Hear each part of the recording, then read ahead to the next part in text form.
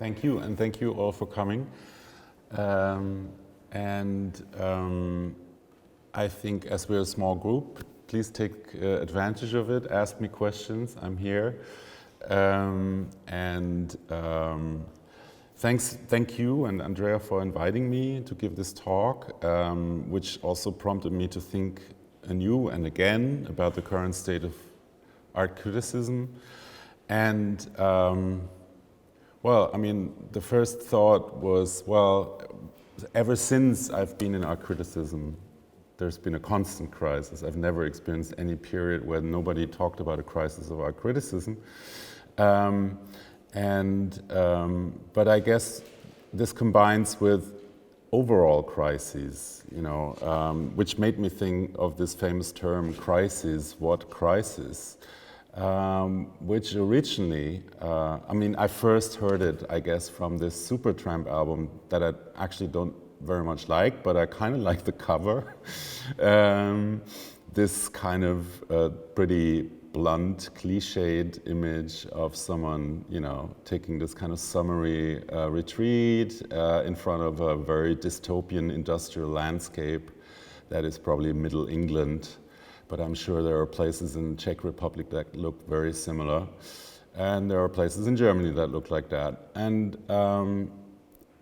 so basically, this whole question of crisis is not at all new to me, but it is combined now with the overall anxiety about ongoing crisis, the climate crisis, the war, Russia's against Ukraine, the ongoing COVID pandemic, and numerous other crises, political crises. I mean, just as a most recent example, I'm sure you have Czech examples, that a few days ago in Germany, we found out that there was a conspiracy for a coup d'etat by the far right, and some people try to play it down, but it was quite substantial. Anyway, which brings me to the source. This is actually the film The Day of the Jackal by Fred Zinnemann, from which the cover of the Supertramp-Album took the title. And that film is indeed about a right-wing, far-right conspiracy that happened in the early 60s in France, where they attempted an assassination on Charles de Gaulle. There was the Propaganda Due conspiracy in Italy, which bombed the train station of Bologna with more than 80 people dead. Berlusconi was part of that, Andreotti, two prime ministers were part of that conspiracy. So if I think of crisis, this is the one that is at the forefront of my head, and I see Putin's Russia in a similar register. This is basically of a kind of de facto fascist regime, even though, of course, the rhetoric is a different one. But thinking about this kind of cluster of crises where the crisis of art criticism seems slightly anecdotal or peripheral in comparison, I just wanted to remind of the fact that the very word criticism comes from the Greek word crisis, which has two meanings: decision, judgment, and turning point. And these are connected because in the original context it was often applied to doctors who had to diagnose a dangerous disease, and the turning point was the one where they had to decide, okay, now it's getting better, or now the person is dying. So this is also the kind of crisis that art criticism etymologically comes from, the diagnosis of a state of imbalance. And that doesn't necessarily, of course, in art criticism always have to be something bad, like someone dying or disease, but it is, of course, if you take it serious, about identifying problems that might lead to a downturn, or that might lead to something that is to be welcomed.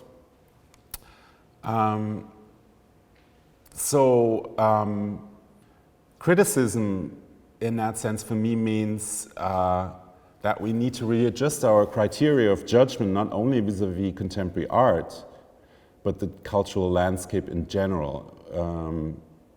I mean, if you think, for example, of the fact that,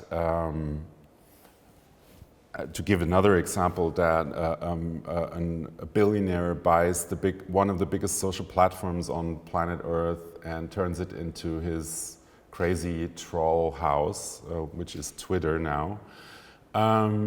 That's another example where bigger sort of developments will, at least indirectly, also have an effect on culture, and by way of that, on art. And so in some way you could say we need kind of rescue plans, some kind of idea how to resolve these fundamental crises, which are not only affecting art criticism ideologically or intellectually, but even more fundamentally in terms of their very existence. I mean, that art criticism per se actually exists, that people can practice art criticism. I mean, as another footnote to that, I have to remember that we had a big congress on critique a few weeks back in Berlin, and there was a panel also with artists in exile from places like Kurdish part of Turkey or from Afghanistan, and they all agreed that for them, even the existence of art criticism is a dream, because art cannot be practiced there. People get imprisoned or worse for making art. I mean, there is a Kurdish artist who's still imprisoned for painting a painting with a Turkish flag on it, where she criticized the demolition of the town in which she lived. And in Afghanistan, artists had to be flown out rescued from a Taliban crackdown, which happened directly in the wake of the Ukraine war. So they used the kind of shadow of interest of the Ukraine war to crack down on the cultural scene in Kabul and elsewhere. I promise you, it's going to not go on like this in terms of everything's bad, everything's dire, let's all go home and kill ourselves. No, there's going to be hopefully some comic relief too. But I mean, that's the situation. In terms of where art criticism happens, we usually have art magazines, we usually have newspapers, and we have social media, including online platforms for art that usually are, and all of these actually make what they do known through social media by now. You know, usually we come across a magazine because we first come across an article someone shared on social media. For all of these, the economic support system is very much in danger for numerous reasons. I mean, and I'm talking about not like Afghanistan or Kurdish part of Turkey, where this doesn't even exist or has been shut down, but places where in principle it could flourish, but in fact it doesn't for some reason, where people, just because internet is free or internet content is free, have stopped subscribing to newspapers. Advertisers have stopped advertising, especially in the newspaper context, so newspapers had to cut down. We all know the story. So fewer and fewer freelance writers can write there. Fewer and fewer pages are actually dedicated to the arts. Also in Germany, which traditionally has a very rich and flourishing newspaper landscape, even there, places, big newspapers like Frankfurt Allgemeine Zeitung or Süddeutsche Zeitung have dramatically cut down on their coverage. Magazines have folded. Numerous magazines have stopped publishing. Well, I mean, to give a very current example, even though it's not strictly speaking the magazine itself, but it's a side magazine, is the case of Art Forum, one of the most influential art magazines in the world, still very much sort of seen as a kind of leading voice in art criticism. and I think rightfully so. I mean, it has a very important role. Traditionally, it existed since the 60s, and it has just been sold to Penske Media. You might wonder what is Penske Media. Penske Media had previously bought Art in America and Art News in 2018. So first of all, there's a monopolistic problem there. One media company owning all the big art magazines. And this guy Penske, Jay Penske, his money is at least partly coming from a Saudi fund, a 200 million investment fund run by Saudi Arabia.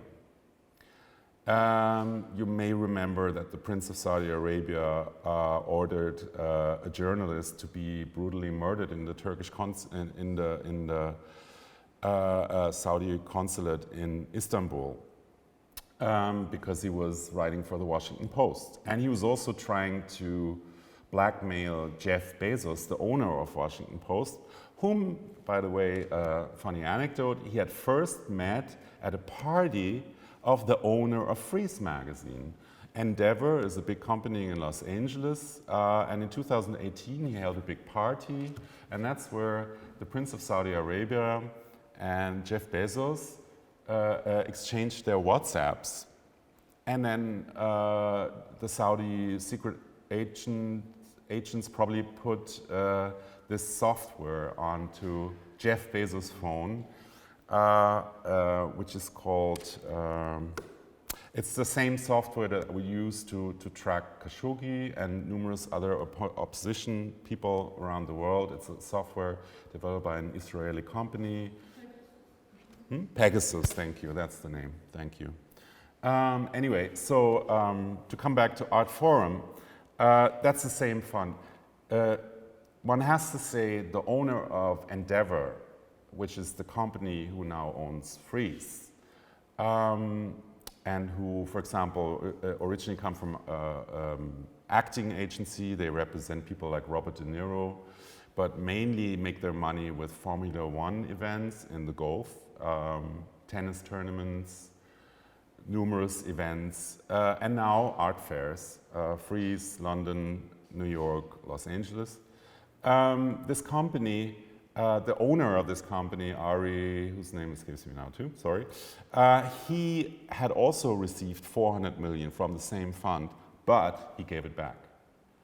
And he made a public statement about it, and he gave it back in the wake of the murdering of Khashoggi. So, respect for that, but Mr. Penske had no such worries.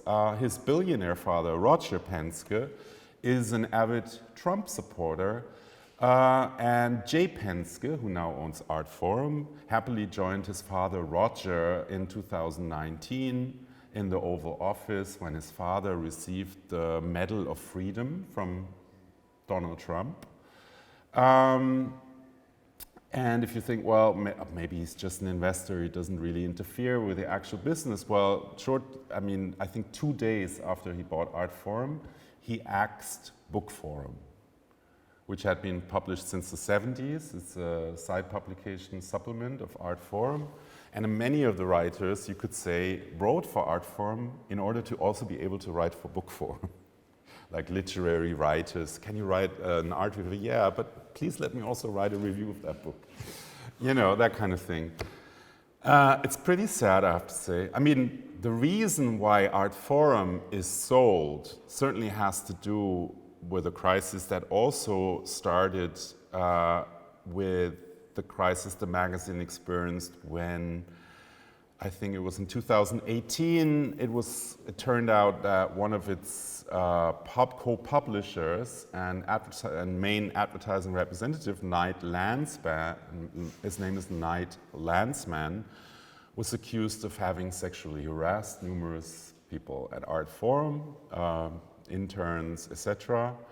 And he had to step down. Nevertheless, he kept a part in the company.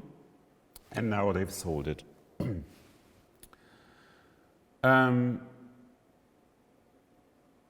Well, I mean, magazines often go down in crisis, but it should also be noted that they often are founded in crises. Frieze magazine, for example, was founded in 1990, 91. German magazine Texte zur Kunst was founded in the same year, 1991. And I can think of numerous other examples in Germany, and I'm sure there are maybe also from the 90s Czech examples, meaning that if there's a moment of change, of crisis, it also means that people say, yeah, whatever, let's try to make something new. I mean, at the time, it was also because desktop publishing became more affordable. You could start to make a magazine entirely on a computer.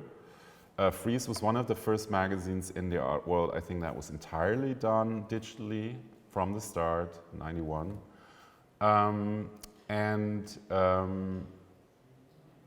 Imagine the old little computers, you know. But also on top of that, this was a period, 90, 91, which was a crisis in the art market, in what is usually considered the art market, which usually means 80% New York plus the rest of the world. I mean, nowadays, of course, it become much more global, but back then, it was really New York. And if there is an art market crisis in New York, there was an art market crisis in the rest of the world. And that happened between '89, when there was the Black Friday in the American stock exchange, and then it took a year or two for that to kind of seep through to Europe, and then basically the art market folded. The kind of boom that had existed in the 80s with neo-expressionism and so on collapsed, and then there was suddenly also a spirit for institutional critique, including art criticism. So there was the art that was being made was itself a kind of criticism.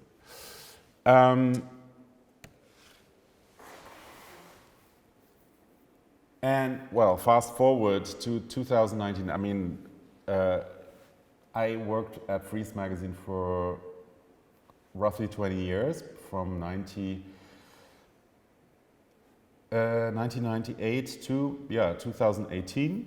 And in that period, of course, things have changed quite radically in the way I described, in terms of a kind of globalization of the art world, a kind of boom that also the magazine benefited from. In 2003, the art fair in London with the same name was founded.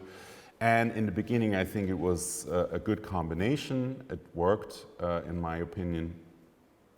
But then, if you think of Trump, if you think of Brexit, this idea of a kind of global networking was kind of undermined by a tendency that goes in the exact opposite direction, which is isolation. And of course, the pandemic accelerated that, despite of the kind of fantasies of new Zoom connections and what have you, when in fact, you know, people, I mean, China has almost literally been shut down for many people for years now to even enter. Also internally, it hasn't been encouraged to change that until now, at least. And I think, well, yeah, Jeremy Deller, when he made this, he was commissioned to do a project for art newspaper for the edition that would come out for Frieze Art Fair, and that was his poster. In a recent show I've curated in Bonn, called Ridiculously Yours, we made this into a big wall piece, like a full wallpaper piece, because the show is about humor and ridiculousness, and we thought that fits very well. Anyway, so this is the kind of development that we've seen, and which is to say that many of the leading art magazines are, at least in some way, in crisis. Many of the newspapers have cut down on their coverage, or stopped working with freelance writers, and only a few staff writers continue. So, are our hopes with social media? And to some extent, I think they are. Frieze magazine is a fake account, or, well, it's not a fake, I mean, it's a jokey account, which obviously spells also differently with 2 E's. It's an artist based in Germany. Cem R. Dot is his name. The Cem gives away sounds like a Turkish name. Anyway, he makes these memes, and I personally have always enjoyed them. Initially, it was indeed mostly a kind of parody of Freeze, the magazine, but it has turned into a more general satirical account on Instagram and other platforms for making jokes about the logic and the let's say the anxieties and affects that the art world produces. And I think he's very spot on in many cases. And it is also maybe, especially in crises, what we need most is good humor, good satire. I also really like that one. And I mean, this is institutional critique. You know, he's talking about curators who are basically showing what the gallerists want because the gallerists will pay for the production, and then there's some other kind of mutual washing of hands and shaking of exchange of money in terms of, for example, some kind of advisory consultant contract, etc. I'm not saying, don't get me wrong, I'm not saying every curator is corrupt and all the gallerists are mean. I think there's a lot of very important commercial gallerists who make even pioneering work by usually showing artists before curators and big institutions do, because they are experimenting and seeing, okay, what works, what doesn't, or what fits my program, and so on. And institutions are sometimes a bit slower in that regard. So this brings up the question, if we think part of the problem is that some billionaire can just come and buy a social media platform or buy the biggest or most important art magazine in the world. I mean, maybe we cannot prevent that from happening, but is there a way to build other structures which are less culpable, less vulnerable to this kind of crisis? So the question is, what do we need? Do we need state support? Do we need private donors? Do we need some kind of public effort with like crowdfunding? And I mean, my preliminary answer or my hope would be that it could be a very sort of robust mix of all these elements, that we could create an environment when art criticism is neither forced to work commercially nor completely dependent on public and state support, because that is of course another string attached. You don't want to end up being the mouthpiece of the one who gives you money, and that includes the state, right? So can you criticize the cultural policy of the state? Great. If you can, then there is a problem.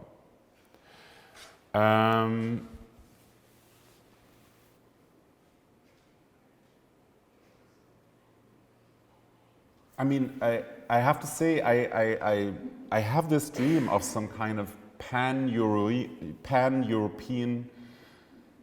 dream magazine, something, I mean, art magazine that is a dream of me, that's what I mean. Something that somehow positions itself between the kind of satirical Instagram account, the classic art magazine with the profound, long articles that do in-depth research, including also classic format art reviews, and all of that paid for by a mix of public money, whether it's from academia or from cultural state money or federal money or city money, plus private donors, hopefully.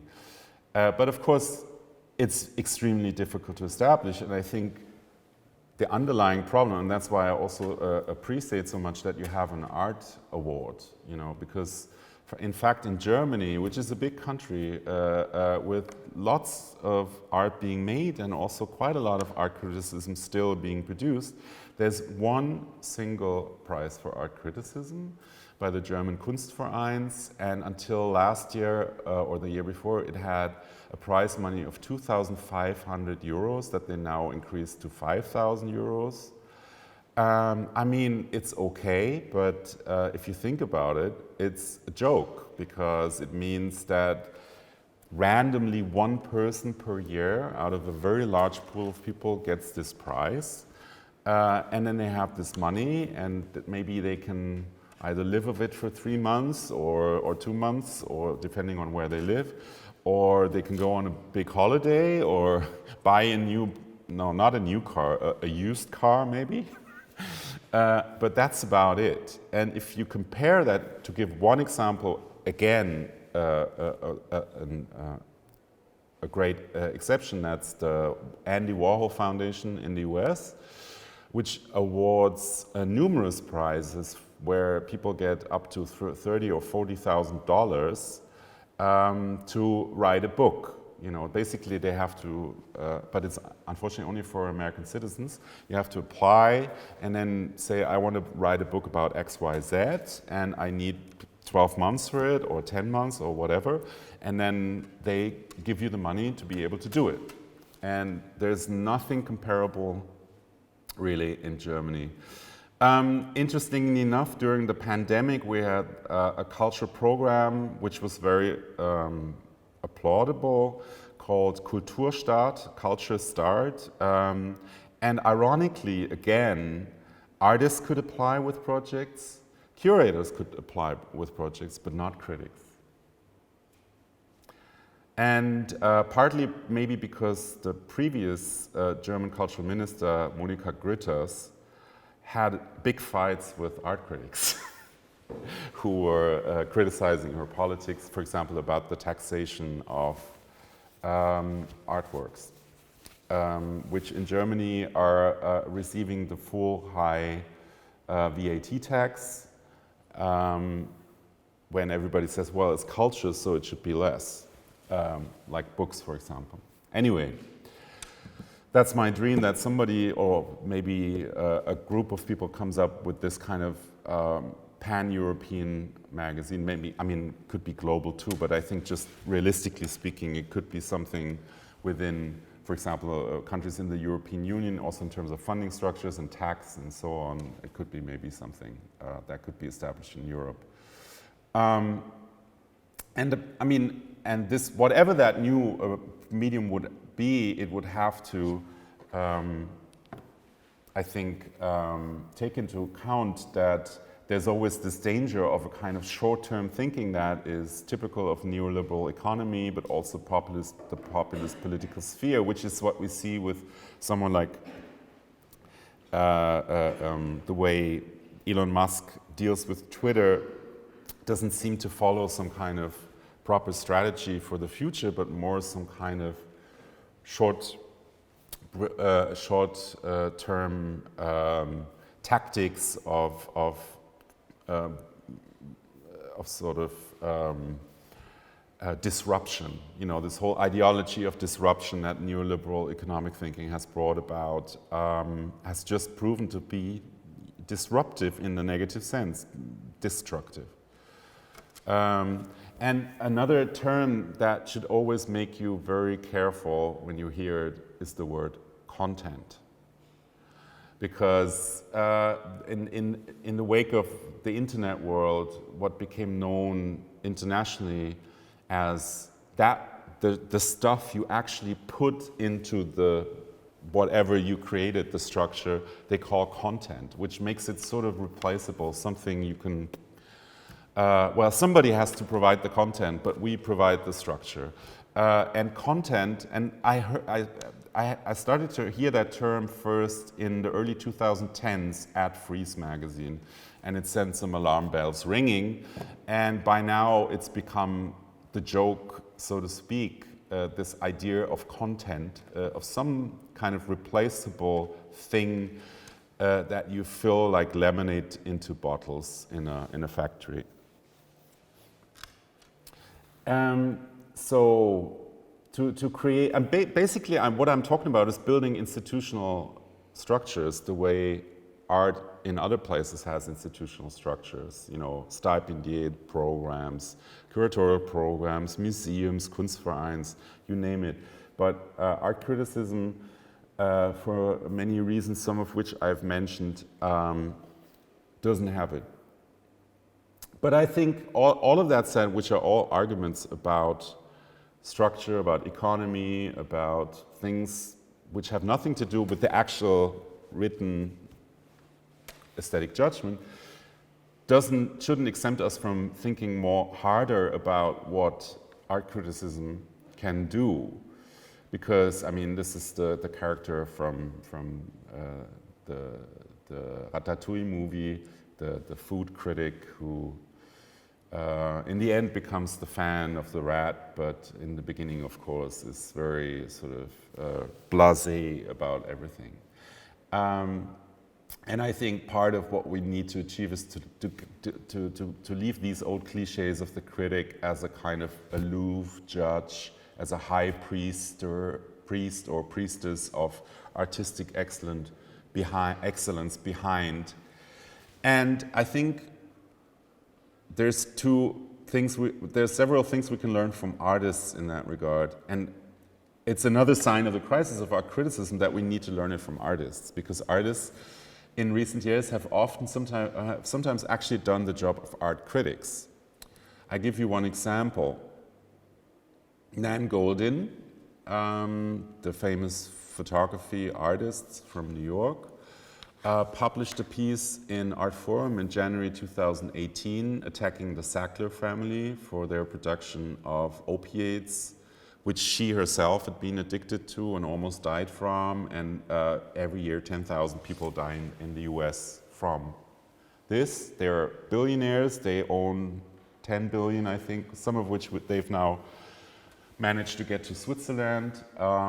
And the irony is that the Sacklers are very prominent patrons, sponsors of American museums, like in a whole wing of the Metropolitan Museum in New York was named after them. To cut a long story short, Nan Goldin managed to create a big kind of activist protest and got it rolling, and it did have the effect that eventually many of these Sackler wings were renamed, that their sponsorship was removed, and that the family really had to go into hiding with their money. And they're also being sued. I think that's going to go, in the US, this can go forever. If you have the money to get good lawyers, you can ward off most of these things. But in any case, the story is going on too, because as you might know, Nan Goldin has a new piece in the current Venice Biennial. There is a feature film about her by Laura Poitras that won the Golden Lion in Venice. And which brings us to Laura Poitras, which is another example of an artist turned political critic who made films about Snowden and now about Goldin. Other artists that come to mind are Hito Steyerl, who has done investigative video work where she looked into for example, Rem Koolhaas's attempts to work for the Syrian government prior to the Arab Spring. To give just one example, or another artist that comes to mind is Trevor Paglen, who's worked with Laura Poitras, but also has done his own research, for example, into CIA black sites in the wake of the Iraq War and the war on terrorism. What I just described could be called a sort of investigative turn in art making. And apart from the fact that I think we need more good art satire, what art critics could do is, I think the other thing they could do, there should be more investigative art criticism. People really looking into things, how the art market functions and so on. I mean, some people do that, but it's usually not necessarily art expert, because if somebody does, it's usually the big magazines that commission big research, like the New Yorker or Vanity Fair or the New York Times, or in Germany Der Spiegel, or sometimes Süddeutsche Zeitung, but not really in the field of art so much, because it's not of general interest so much, but I think it would happen. But for that to happen, that's another thing. If you want to do an investigation, it takes time. If I make a film, I can get some funding. If I make an exhibition, I can get some funding. If I write a long piece, nobody gives a shit unless it's a big newspaper or a big magazine financing that. Another turn that kind of directly comes out of what I would call the investigative turn is the forensic term. And I mean, the most obvious example is forensic architecture from London. A.L. Weissman founded this group. He's an Israeli-British architect. And they became very well known with a piece they showed at Documenta in 2017, where they reconstructed the murder of a Turkish owner of an internet cafe by neo-Nazis in Kassel, and actually could prove that in the room next to where the guy was shot was a Secret Service agent from the German Verfassungsschutz, the internal homeland security, who later claimed he didn't hear the shot because he had headphones on, blah, blah, blah, blah, blah, and that he walked out without seeing the body behind the counter. They basically, by reconstructing the room, could prove that he had lied. This guy is still not in prison. He's obviously covered for some reason by the internal service. Another example is the attacks in Hanau, Germany, that happened in 2019, where 9 people of migrant backgrounds were killed by a racist far-right attacker. And this case, they were commissioned by the people themselves in Hanau, by the ancestors, by the families and friends of the murdered people. They heard of forensic architecture, or maybe they were approached, but in any way they commissioned them to make a reconstruction. And again, they found out, this was an exhibition at the Frankfurt Kunstverein, very large exhibition. Frankfurt is the big city right next to Hanau, that the police, for example, they knew where the attacker was coming from, his house, but it took them weirdly, mysteriously 5 hours after the attack until they actually stormed the house, by the time of which he had already killed himself. And another case they investigated was that in one of the bar where he attacked, the back door, which was supposed to be open, had been locked that day. And it turned out that there was some kind of agreement with the police that they should lock these back doors to prevent, when they do raids against illegal gambling or drugs, that people can't escape from the back. And this was the dire consequence of this agreement between the local police and the bar owner, that people died because of that, because they couldn't flee. They were trapped in that. To give another example of this kind of forensic turn, finally, is a work by Isaac Julian, British artist.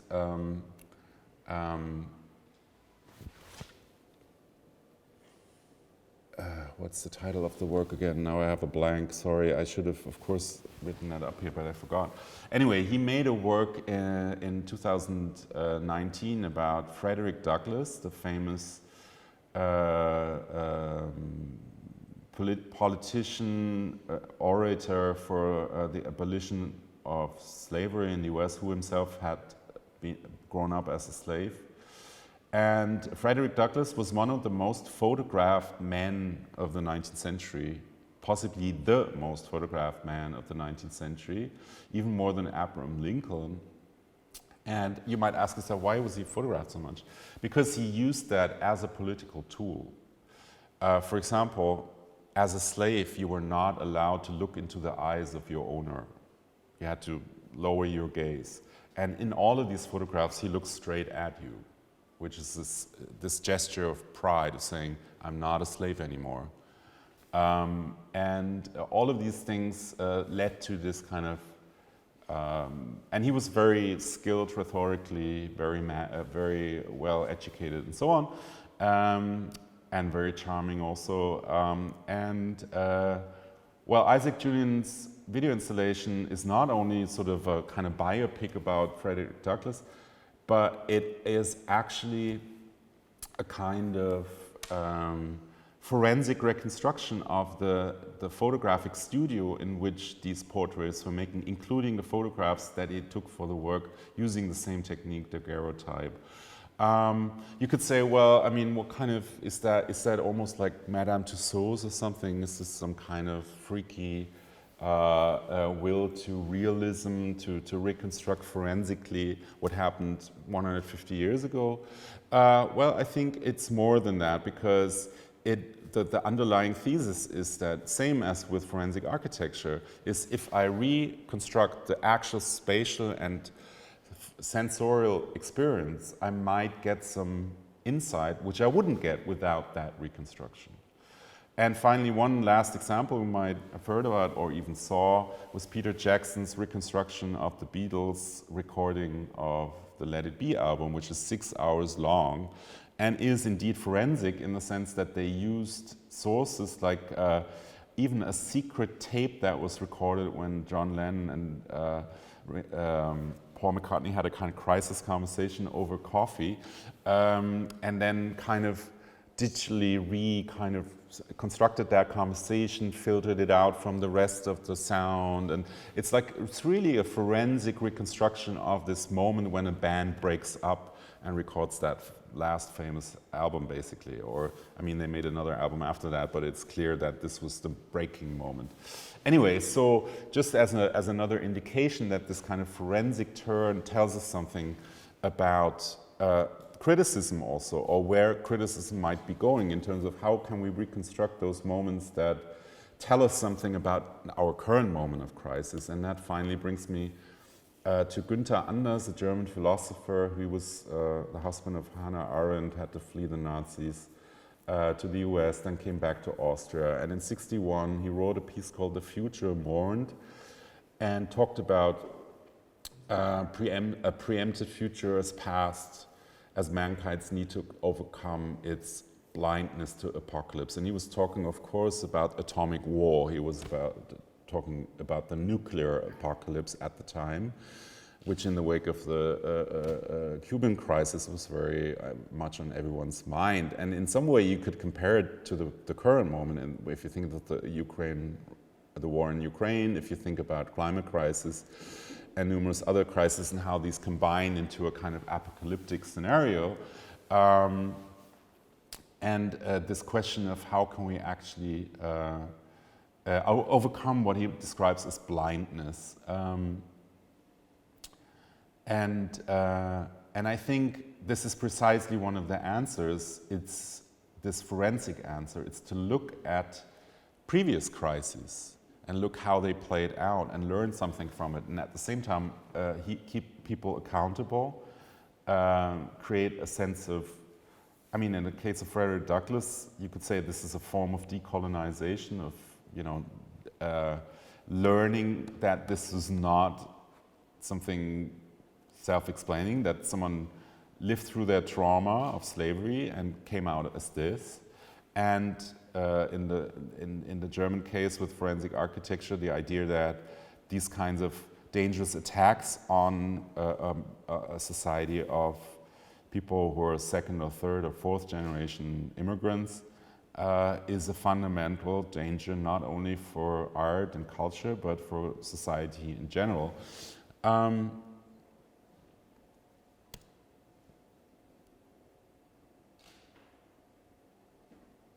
Which makes these points kind of sound almost superfluous, but I wanted to mention them anyway in the end. The 5 criteria, I think that despite of what I just said in terms of this kind of investigative or forensic turn, are still important, because that's the question I have when I say, okay, when I look at the Frederick Douglass piece, for example, does this artwork reflect its time? I say yes, because it's not only about Frederick Douglass, of course. It's also about its time. And actually in the work he makes that apparent because he recreates a speech by Frederick Douglass, and he mixes contemporaries of Frederick Douglass with his own contemporaries sitting in the audience. And creates a kind of pantheon of people across different centuries who are important for this discourse. Does the artist use the material in a skillful manner? I mean, that's the same thing, if you stick with that example, this kind of will to really work with daguerreotypie, which is not very easy and very laborious, and of course you have digital cameras, so why make the effort? But he has good reasons. Is the work, that's an obvious one, original and witty? Does this work of art touch me or surprise me? Finally, if I measure the artwork by its claims, does it stand up to this comparison? I mean, this is maybe the one most I mean, I've given you examples of works where I think, yes, they live up to their claims. Forensic architecture did not fake what they showed. Nan Goldin did achieve things with her intervention as an artist. So, that's it. Thank you very much. Thank you.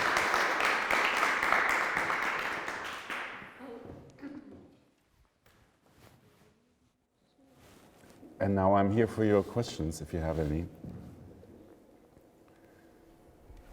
Exactly. Thank you very much for your speech and for Ronald's talk.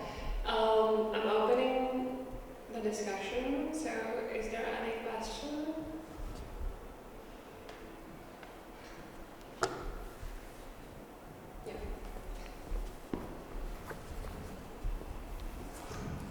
Hello, thank you for your talk.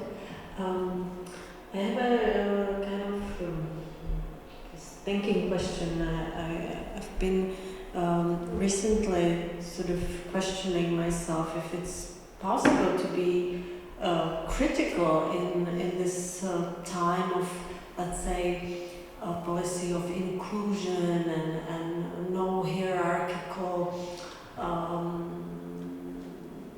system. I work at the art school, and this is for contemporary arts. Art is very important theme, you know, gender equality and all inclusion of all minorities, and everybody has to be sort of treated with respect and included. And in a way, I start to feel that to be critical in this kind of environment is very difficult and very almost inappropriate. So I wonder how you feel about this situation, if you also experience it, and what's your... I know exactly what you're talking about. Like you, I'm teaching in an art school, and I teach artists, not in the classic system. I mean, in the classic system in Germany, we have the so-called Fachklasse, where you assign for one professor for the entire period, basically, which creates a very special dynamic, sometimes very productive, sometimes not so productive. Whereas I teach a postgraduate master, which is a Bologna process type with credit points and da-da-da. So I don't have changing students from semester to semester. But still, they are artists on the postgraduate level, so they already have a degree. And my experience is that the ones who already have a degree are actually willing to accept criticism if it's fair. They also will reject it if they feel it's unfair. But in general, they're welcoming for criticism. But I think with younger art students, I'm a little bit speculating.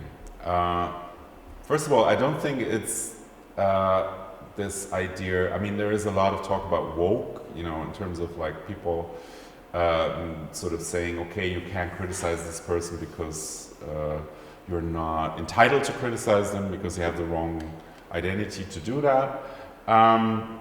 my experience is that this is not the central problem. I think that's a projection from the right. I mean, I'm not saying that it doesn't happen, but from my own experience, the problem is a different one.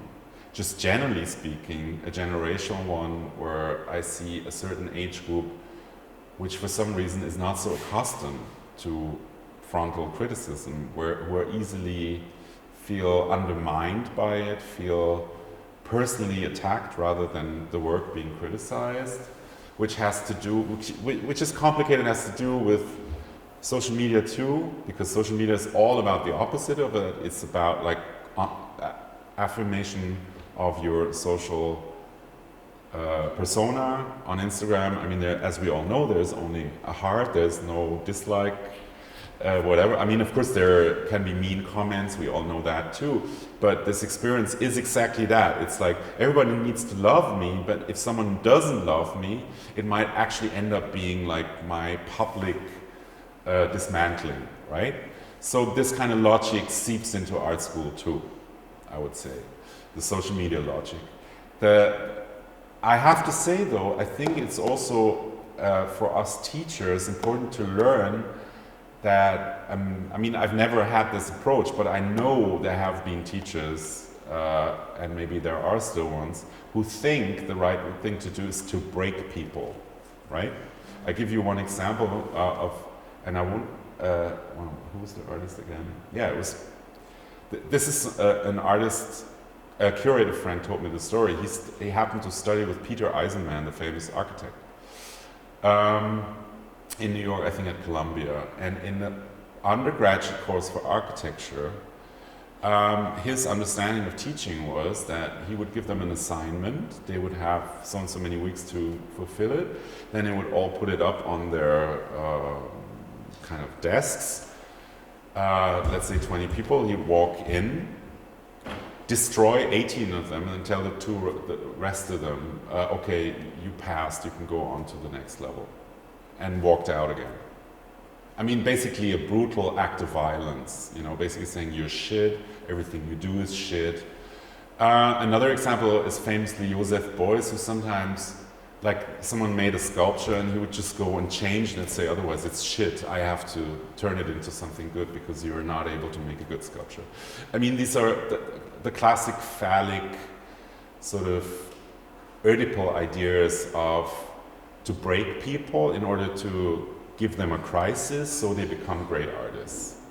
And I think this model is just wrong, of course, and it's also proven wrong, and it's also just cruel, and it's a form of social mobbing violence, basically. And but of course, it still exists in maybe more subtle terms, and I think it's fair enough that students kind of rebel against that and don't want to be treated like shit. That said, I think it's a real problem if someone is not able to take criticism, because then they're in the wrong place. And but I think it's a question of method of teaching, because there is a way of telling someone something is not working by also telling them what works, to give them some kind of proposal for potentiality, for something they could reach toward, rather than just saying, this is a dead end, forget it, you know, you're completely in the wrong place. Yeah. Don't you think it's also in the same extremes appear at the writing, the critiques? I mean, today, the criticism, I think, in the past was quite often quite harsh, and I don't see that anymore, which of course I'm not definitely voting for this kind of brutal criticism either at schools or in writing, but in a way what worries me is that I see the opposite, that this kind of critical distinction of the quality is kind of disappearing from our public space, not just from the schools, but also from critical writing. Most of the writing about art is just reviewing it in a sort of informative way. I would almost say it's on the verge of, marketing. I know exactly what I know exactly what you're talking about, and I agree with you to an extent. I mean, there are still people who do the job properly, but there is a general move towards that. And again, I mean, but I think that has different reasons. I think this is really to do with economic reasons. I mean, the same people who write the criticism might be the ones who might want to get a commission from that same curator 2 years on, or have been working with that, or are planning to work with the same artist they're reviewing, sometimes even more bluntly, that they even are already working with that artist and still write the piece when there's an obvious conflict of interest. But even when there is no obvious conflict of interest, it might be in anticipation of future conflicts of interest that they write something welcoming and nice. Yeah. Another may be that indeed in magazines that rely on advertising, it's not encouraged to be critical of certain advertisers. I have to say, from my experience at Frieze, that the more advertisers you have, the less you're falling into that trap, because you're not relying on one single advertiser. So you can actually sometimes just say what you think, and worst case someone retreats and somebody else comes in. And in fact, I have never seen an actual correlation. I mean, there were singular incidents where a gallery stopped advertising because we ran a negative review, or something, even sometimes something they read as a negative review, which we didn't think was a negative review. This happens too. But it could also happen for many other reasons, or vice versa, that somebody, and I think good galleries understand that logic and don't care and think, yeah, to quote the famous Billy Wilder quote, and any publicity is good publicity as long as you spell my name right. And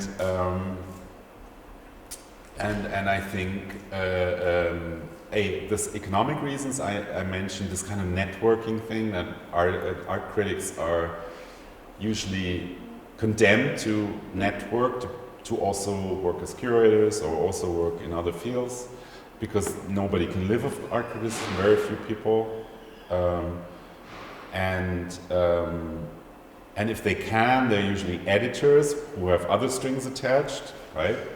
So what I described, this model for a different kind of economic basis, institutionalized even for art criticism, is precisely with a perspective towards an art criticism that is independent, that is not relying on some guy with a Saudi fund buying your magazine, and yes. Thank you. I was wondering, as you described this idea of European-based art magazine, because we have the experience on this, let's say, taking a few years, called East Art Max, which was a network of East art magazines, like from Poland, the Czech Republic, Slovakia, and Hungary, where, of course, there's a lot of problems also within the culture scene and art scene, but we are not able to get any foundation anymore, like since 2-3 years. So, do you see any real possibility this come true? Like this idea of doing, I mean, this really works for... Could you describe a little bit more what you think is the reason why it has been difficult for you to get it funded? Yours.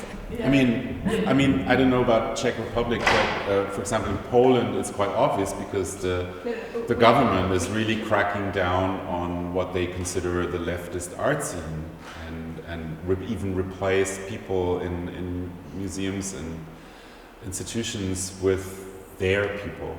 We can get the foundation for our magazine, but not for the network. Yeah, because it started in 2016, and it goes I think in 2018 we got Visegrad grant, for these 4 Eastern European countries. But since then we applied more for some European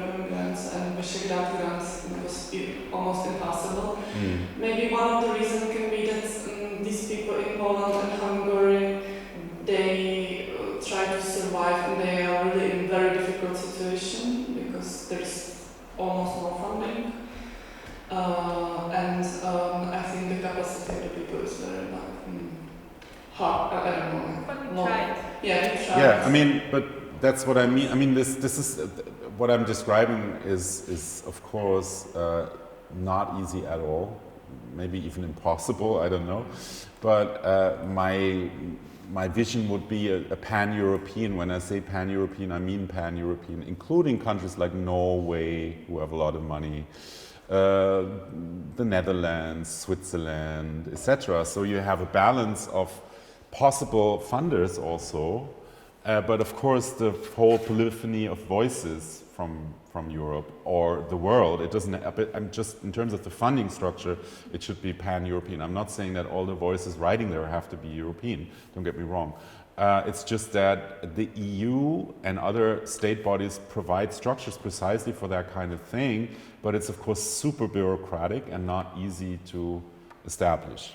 But I see it as the only way forward for any kind of serious art criticism, apart from more local one, you know, in the respective languages. Yeah, Yes? but at the same time, what we faced was like, it was very difficult to publish everything in English, because that's the easiest way to understand between each other.